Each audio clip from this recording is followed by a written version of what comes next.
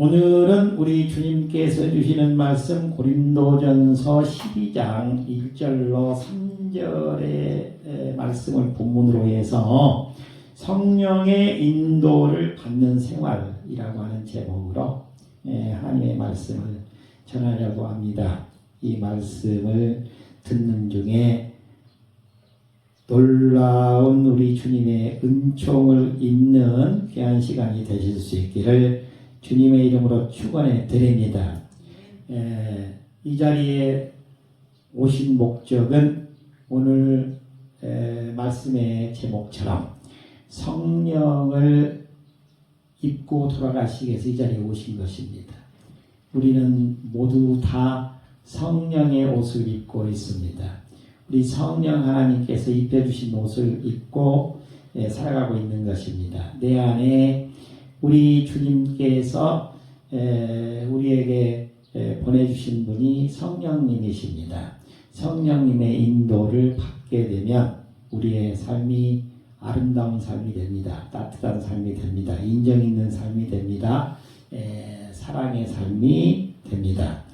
바로 우리 주님이 주시는 그 놀라운 은총을 입으시는 시간이 되실 수 있기를 다시 한번 주님의 이름으로 축복해 드립니다.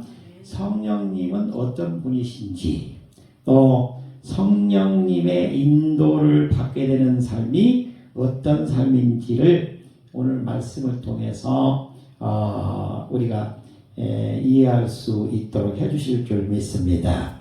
그리고 이 고린도전서 12장은 오늘 1, 2, 3절을 보시겠는데 그 이후에 4절부터 31절까지가 쭉 계속되고 있는데 바로 이 성령님이 우리의 삶 속에서 우리를 어떻게 아름다운 인생으로 이끄는가에 대해서 구체적으로 말씀을 해주고 있습니다. 바로 4절부터는 은사에 대한 얘기가 나오는데 이 은사라고 하는 것은 성령님께서 우리에게 주시는 구체적인 선물인 것입니다. 은혜가 임합니다. 은혜가 임하면 은혜를 받게 된 우리 성도님들에게 내가 배워서 알게 되는 것이 전혀 아니라 나는 전혀 할 수 없는 일이었는데 우리 주님께서 은사를 주시는 거예요. 나는 내가 배운 것이 다라고 생각했는데 그 분야로 나가면 가장 잘 될 줄 알았는데 그것이 아닌 거예요. 우리 주님께서 인도해 주시는 거예요. 좋은 사람 만나게 해주시는 거예요. 그래서 그 사람하고 손잡게 만들어 주시는 거예요. 전혀 다른 일이 전개되는 거예요. 그게 우리 아름다운 인생을 우리 주님께서 성령님을 통해서 우리를 이끌어 주시는 방법이 되는 것입니다. 오늘 성령님이 어떤 분이신지 그리고 성령의 인도를 받는 삶이 무엇인지를 통해서 깨닫고 돌아가시는 귀한 시간이 되실 수 있기를 다시 한번 주님의 이름으로 축복해 드립니다. 첫 번째입니다. 첫 번째는 예수가 주인이 되시는 신앙생활을 해야 됩니다. 라고 말하고 있습니다. 예수님이 주인이 되시는 신앙생활을 해야 된다라고 말씀해주고 있습니다. 1절을 우리 같이 한번 읽어보시겠습니다. 형제들아 신령한 것에 대하여 나는 너희가 알지 못하기를 원하지 아니하노니. 다시 한번 읽어주시기 바랍니다. 형제들아 신령한 것에 대하여 나는 너희가 알지 못하기를 원하지 아니하노니. 예수 그리스도를 영접하고 교회 나와서 신앙생활하는 분들은 세상적인 것이 아닌 신령한 것을 알기를 원한다는 것입니다. 신령한 것에 대하여 나는 너희가 알지 못하기를 원하지 아니하노니. 신령한 것에 대해서 알기를 원한다는 거예요. 예수를 주로 주님으로 고백하는 사람이 참된 멋진 삶을 살아갈 수 있다라고 말씀하고 있는 것입니다. 우리는 예수 그리스도를 믿는 사람들입니다. 예수 그리스도를 믿는 것으로 끝나면 안 됩니다. 예수 그리스도가 내 생활의 주인이 되셔야 됩니다. 내 삶을 이끄시는 분이 되셔야 된다는 것입니다. 내 삶을 인도하시는 온전히 예수를 주님으로 고백하는 삶을 살게 되면 우리의 삶 자체가 바뀌게 되는 것입니다. 천국 생활로 바뀌게 되는 것입니다. 성령의 인도를 받는 삶으로 바뀌게 되는 것입니다. 1절의 말씀을 인용한다면 신령한 삶으로 바뀐다는 것입니다. 눈에 보이는 세상적인 것에 우리가 중심을 두고 살아가는 것이 아니라 눈에 보이지 않는 신령한 것에 마음을 두고 살아가는 삶이 된다는 것입니다. 이렇게 예수를 우리 주인 되는 분으로 모시고 살아가는 삶을 살게 되면 우리 주님께서 알아서 신령한 삶으로 인도해 주시는 것입니다. 로마서 10장 9절의 말씀입니다. 네가 만일 너의 입으로 예수를 주로 시인하며 또 하나님께서 그를 죽은 자 가운데서 살리신 것을 내 마음에 믿게 되면 구원을 받게 될 것이다. 우리 주 예수 그리스도를 영접하고 우리 주 예수 그리스도를 우리 주인으로 모시고 살아가게 되면 구원받는다는 거예요. 세상적인 것으로 살아가는 것이 아니라 세상적인 것이 아닌 것으로 살아가게 된다는 것이에요. 그래서 우리 주님께서 우리의 삶을 인도해 주신다라고 말씀하고 있는 것입니다. 예수 그리스도를 주인으로 모시고 살아가는 삶은 삶의 방향이 달라진다는 것입니다. 내 욕심으로 살아가는 것이 아니라 우리 주님이 주님의 일을 할 수 있도록 나에게 은혜를 듬뿍 내려주시고 또 내가 할 수 없는 것으로 생각했던 전혀 다른 분야의 은사를 우리에게 주시는 것입니다. 그래서 그 4절부터 밑으로 쭉 11절까지 보시게 되면 여러 가지 은사가 나오는 것입니다. 나에게는 전혀 그런 능력이 없는 줄 알았는데 어떤 능력을 주시는 것입니다. 내게 능력 주시는 자 안에서 내가 모든 것을 할 수 있다고요. 나에게 능력 주시는 자는 예수 그리스도이신 것입니다. 예수님께서 내게 능력 주시니까 하는 거예요. 예언도 하게 되는 것입니다. 영혼을 분별하게 만들어 주시는 것입니다. 방언 말하게 만들어 주십니다. 통역함을 할 수 있도록 만들어 주십니다. 그리고 어떤 사람은 가르치는 은사가 없는 줄 알았는데 남의 앞에 가면 당당하게 서서 가르칠 수 있게 만들어 주십니다. 기도를 하면은 낫게 만들어 주십니다. 귀 들렸던 사람이 깨끗함을 받게 되는 것입니다. 이렇게 우리 주님께서 은사를 주셔서 쓰는 것입니다. 이거는 하늘의 은사를 받은 자만이, 다시 말하면 신령한 것을 받은 분만이 할 수 있는 일이라고 말하고 있습니다. 그런데 신령한 것을 받으려면 예수를 주인으로 모셔야 된다는 말이에요. 우리 신월교에 나오시는 우리 성도님들은 우리 모두가 다 예수 그리스도를 온전히 주인으로 모시고 살아가는 신앙생활을 하실 수 있기를 주님의 이름으로 축복해 드립니다. 잠언 3장 5절 6절의 말씀인데요. 너는 마음을 다하여 여호와를 신뢰하고 너의 명철을 의지하지 말라. 너는 범사에 그를 인정하라. 그리하면 너의 길을 지도하시리라. 우리 주님은 우리에게 말씀하셨습니다. 나는 길이요 진리요 생명이라고. 나로 말미암지 않고는 신령한 것을 주시는 하나님께로 갈 수 없다고요. 하나님 아버지께로 갈 수 없다고요. 우리에게 신령한 것이 내려오는 것은 예수 그리스도를 손잡았을 때 예수님께서 하나님께 달라고 오셔서 우리한테 갖다 주는 선물이 되는 것입니다. 하나님께 받아야 되는 것이 신령한 것입니다. 예수의 손을 잡으면 우리 주 예수 그리스도께서 중보자가 되시는 것입니다. 그래서 하늘에 있는 신령한 것을 가지고 와서 나한테 주시는 것입니다. 그러니까 내가 할 수 없는 것을 할 수 있도록 만들어 주시는 것입니다. 여러분, 예수 그리스도를 온전하게 주인으로 모시고 살아가십시오. 그렇게 되면 우리 주님께서 성부 하나님께 신령한 것, 이 세상에 전혀 없는 것, 바로 하늘에만 있는 것, 천상에 있는 것, 눈에 보이지 않는 것을 우리에게 듬뿍 내려 주십니다. 내 인생이 아름답게 전개되게 됩니다. 내 자손들의 삶이 멋지게 펼쳐지게 되는 것입니다. 그러한 인생을 사실 수 있기를 다시 한번 축복해 드립니다.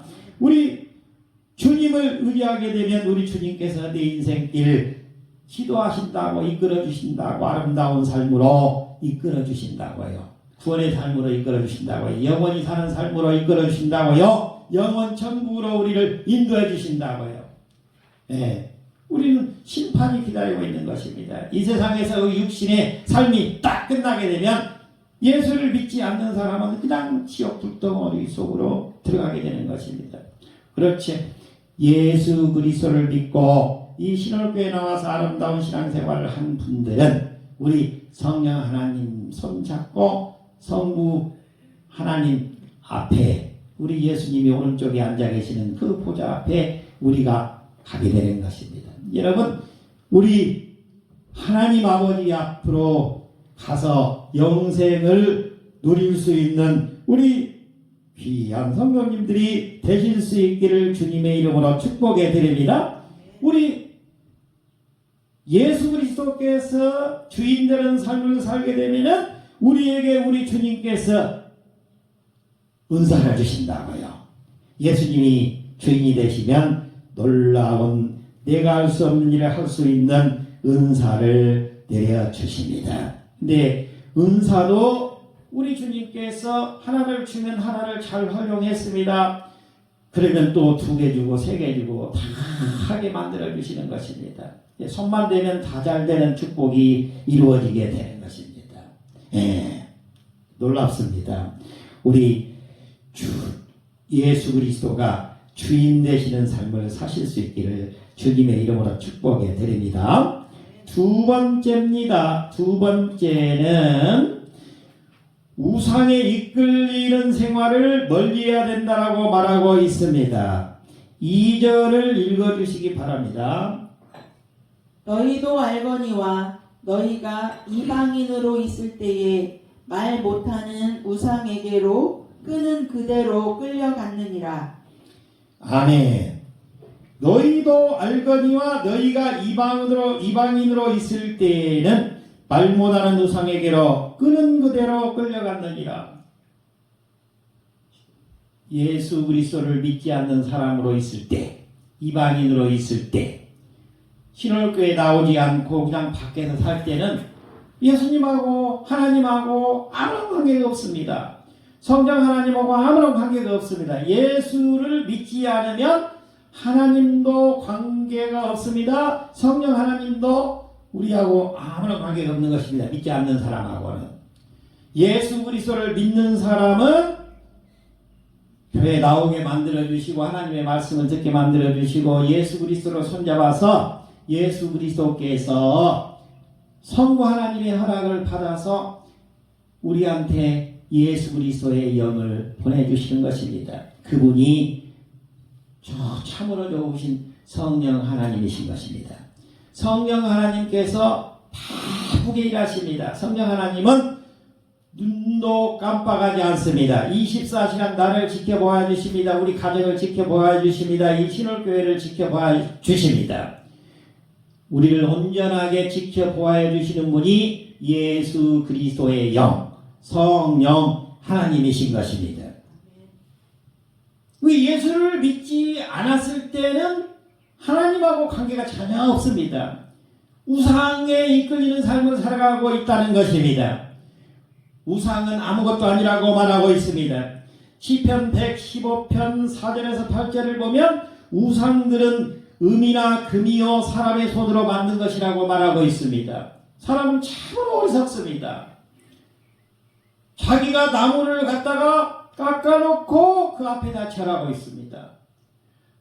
자기가 돌을 깎아놓고 그 돌에다가 절을 하고 있습니다. 무슨 소용이 있습니까? 아무런 의미가 없다는 것입니다.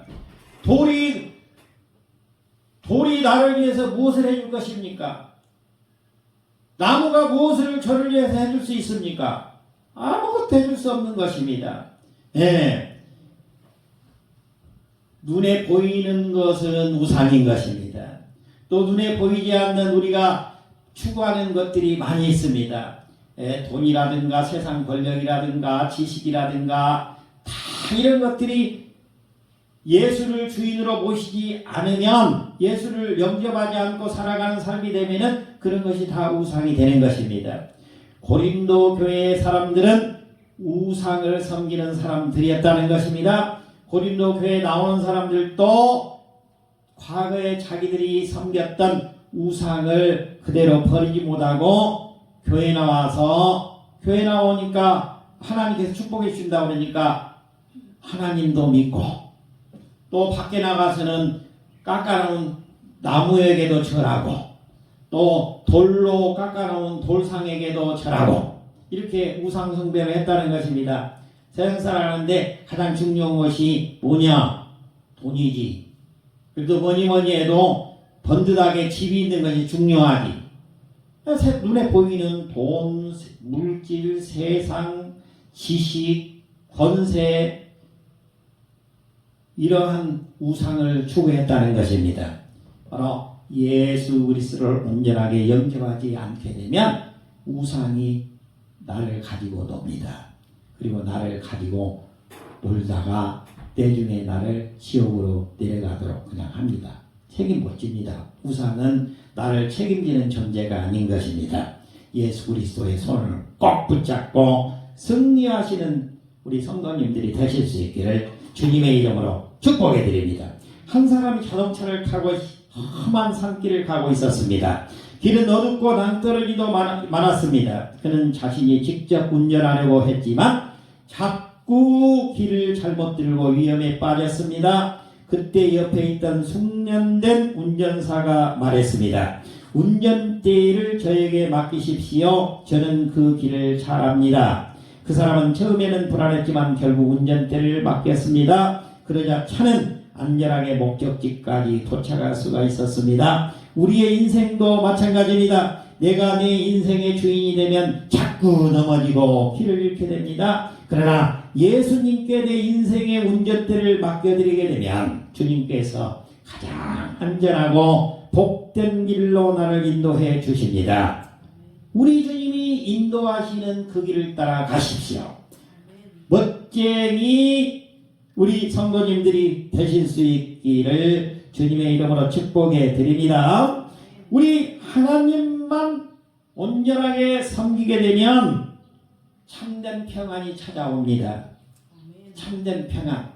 가정이 평안하다는 거예요. 내 인생이 평안하다는 거예요. 사람 관계가 평안하다는 것입니다. 사도 바울 선생님께서는 늘 말합니다. 자기가 쓴 편지마다 항상 인사할 때 이 평안을 강조하고 있습니다. 은혜와 예수 그리스도의 은혜와 긍휼과 평안이 넘치시기를 바랍니다. 라고 말하고 있습니다. 우리 기독교인들은 샬롬이라는 말을 많이 씁니다. 샬롬이라는 말이 평안이라는 말입니다. 평화라는 말입니다. 가장 좋은 말입니다. 평안하십시오. 평안하시기를 바랍니다. 이게 샬롬이에요. 이보다 더 좋은 인사말이 없다고 봅니다. 샬롬. 예수 그리스도의 그 은혜와 긍휼과 평강이 넘치시기를 바랍니다. 평안이 넘치시기를 바랍니다. 우리 주 예수 그리스도를 영접하고 하나님을 섬길 때 참된 평안이 찾아온다라고 말하고 있습니다. 신명기 6장 5절의 말씀입니다. 너는 마음을 다하고 뜻을 다하고 힘을 다하여 내 하나님 여호와를 사랑하라. 그러면 참된 평안이 찾아온다는 거예요. 우리 가정도 평안하고 나도 평안하고 이 동네도 평안하고 모두가 평안한 삶을 살려면 예수 그리스도를 주인으로 모셔서 하나님만 섬기고 나가는 삶을 살게 되면 참된 평화가 이루어질 줄 믿습니다. 성도는 세상 유혹을 분별하면서 살아야 된다는 것입니다. 세상에 유혹이 많습니다. 그래서 세상을 어떻게 살아야 되느냐? 세상을 착하게 살면 사기꾼의 발이 되는 거예요. 그러면 계속 속기만 하는 거예요. 그러면 어떻게 해야 되느냐? 착한 사람이 되지 말고 지혜로운 사람이 돼야 돼요. 지혜로운 사람이 되려면 내 힘으로는 안 돼요. 예수 그리스도를 영접하고 예수 그리스도와 손잡고 살아나가게 되면 우리 주님이 성령 하나님을 내 안에 보내주신 성령 하나님을 통해서 지혜롭게 삶을 살 수 있도록 나를 인도하시는 거예요. 여러분 착하게 살려고 하지 말고 지혜로운 삶을 살도록 노력하십시오.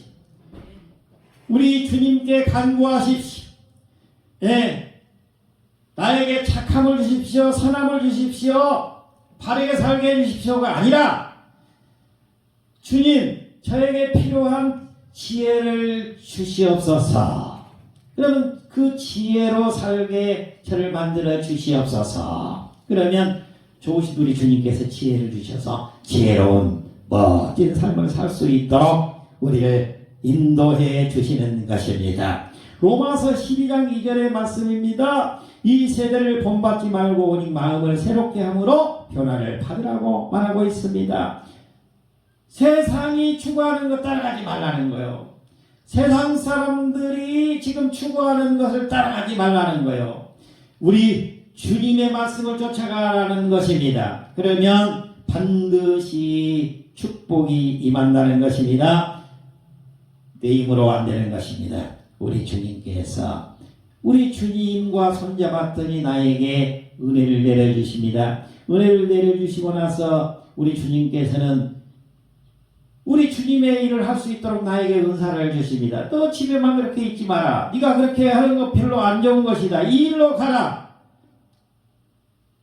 우리 주님께서도 우리 주님과 손잡고 주님께 간구하고 기도하면 너 며칠 몇 시에 가서 누구를 만나라. 우리 주님께서 다 만들어 놓는 것입니다. 그럼 그 사람 가서 만나면 그 사람이 나하고 우리 주님께서 연결시켜 놓은 그 연결을 통해서 하나님이 주시는 은사를 가지고 일을 할 수 있도록 만들어 주시는 것입니다. 하나님께 영광을 올려드릴 수 있도록 우리 주님께서 나를 쓰시기 시작하시는 것입니다. 주님이 주시는 은혜를 받으시고 은사를 받으시고 주님의 사람으로 살아가시기를 바랍니다. 우리 주님께서 내 인생 아름답게 인도해 주실 것입니다. 옛날 한 탐험가가 사막을 지나가고 있었습니다. 그는 방향을 찾기 위해 나침반을 의지했습니다. 그런데 어느 날 나침반 가까이에 큰 쇳덩어리를 두게 되었습니다. 그러자 나침반 바늘이 자꾸 엉뚱한 방향을 가리키기 시작했습니다. 탐험가는 잘못된 방향으로 가다가 결국 위험에 빠지게 되었습니다. 후에 그는 쇳덩어리를 치우자 다시 정확한 방향을 찾을 수 있었습니다. 우리의 신앙도 마찬가지라는 것입니다. 내가 믿는 그 쇳덩어리 그거 없애야 된다는 것입니다.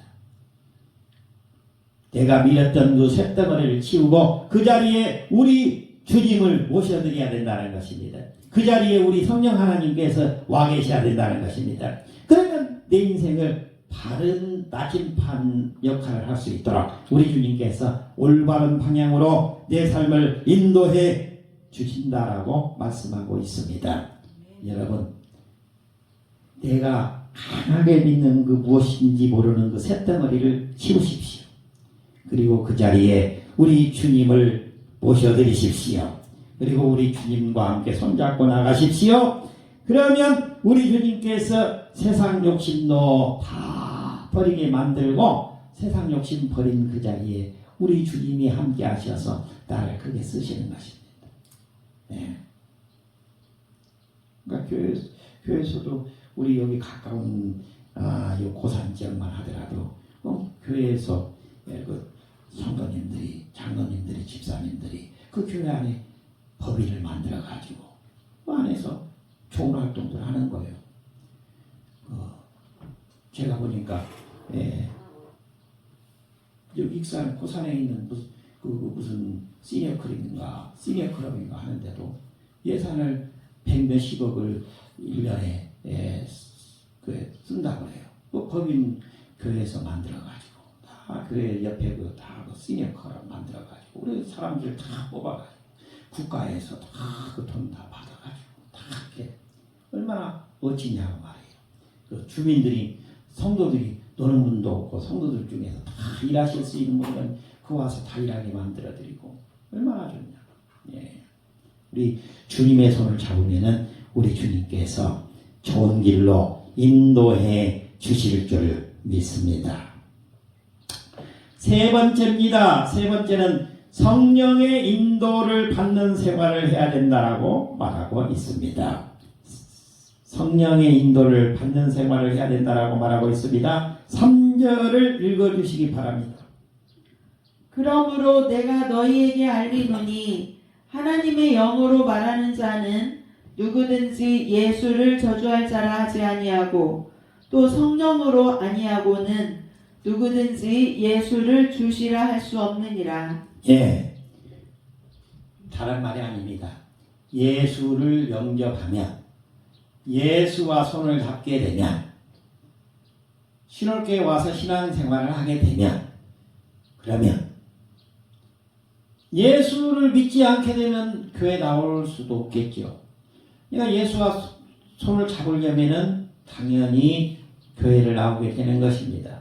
교회에 나와서 신앙생활을 하게 되면 우리 주 예수 그리스도께서 그 성도 한 사람 한 사람에게 성부 하나님의 허락을 받아서 예수 그리스도의 영, 성령 하나님을 우리 각 성도님들에게로 다 넣어주십니다.